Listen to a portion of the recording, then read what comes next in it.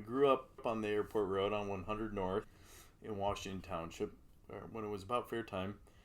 Back then there wasn't, not like it's that long ago, but we didn't have Pratt and we didn't have the Mac out there, and it was pretty much just fields, and you could see the Ferris wheel getting constructed. So like when it was that time of year, you could be a kid and be like, oh my gosh, you could see all the rides getting built, 4 or 5 days before the fair actually started.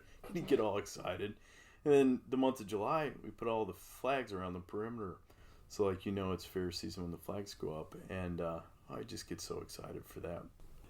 And it was a different time back then because you could actually, as a 7 or 8 year old, you could be gone all day and nobody thought anything of it. So we would go down there and play. And I remember my mom and dad waking me up and saying, hey, let's go to the fair.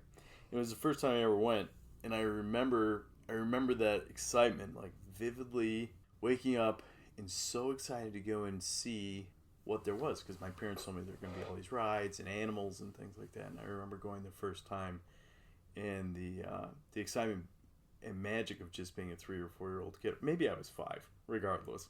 It was like really, really cool. And you just don't, for whatever reason, have just never lost that feeling. It's like when you wake up at Christmas, when you're a kid, and that magic. I don't know. I always thought it was really neat. But that would be my first memory. I guess it's not memory of the fair itself, but it's my first strong thing that I can recall involving it. When we were younger, oh man, we couldn't wait. We couldn't wait, and Dad would let us take our stuff up a day early. My mom and Dad said, you kids never slept next morning. You did not sleep. You were ready to go, because we always took the pigs up on Monday morning, and Dad would let us take the stuff to pins. It's Saturday night, and my mom said, you guys never slept. You were always up.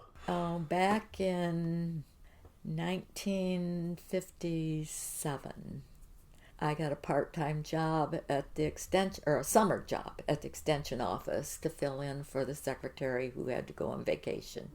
And so I worked with Bill Nye and Mabel Rockhill, and they were the only agents at that time. They did everything. Mm-hmm. So I enjoyed that. And then I came back the next summer in 1958, and I was married at that time.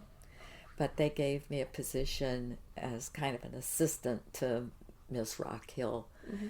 And so I was heavily involved with the 4-H and their judging and everything until through the fall after they had their achievement program. So that was my first touch with Porter County, I guess.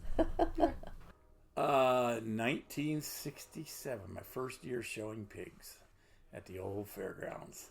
Quite an experience, because it was a jumbled mess at that old fairgrounds. Water to run through the cattle barn. We had trenches dug down through there. The hog barn had different aisles on it, and then the center, that's where the grand champions always were. I never had any in there, but we had a lot of fun showing up there, and I showed up there until 1979. Never had a winner, but it was tough competition. But it was fun. I learned how to play penny poker. We sit in the barns, play penny poker. Once I won a whole dime. Man, off to the thing. I got a snow cone. I think at 13 years old, went and got a snow cone for a dime. Maybe the year of 2000 that I started. It was the first year that we had trolleys. And we were doing a test run on the trolleys. And I was asked to be a trolley driver. And that's how I really got to know the Porter County Fair. I had been to the Porter County Fair previous to that, just walking around and checking things out.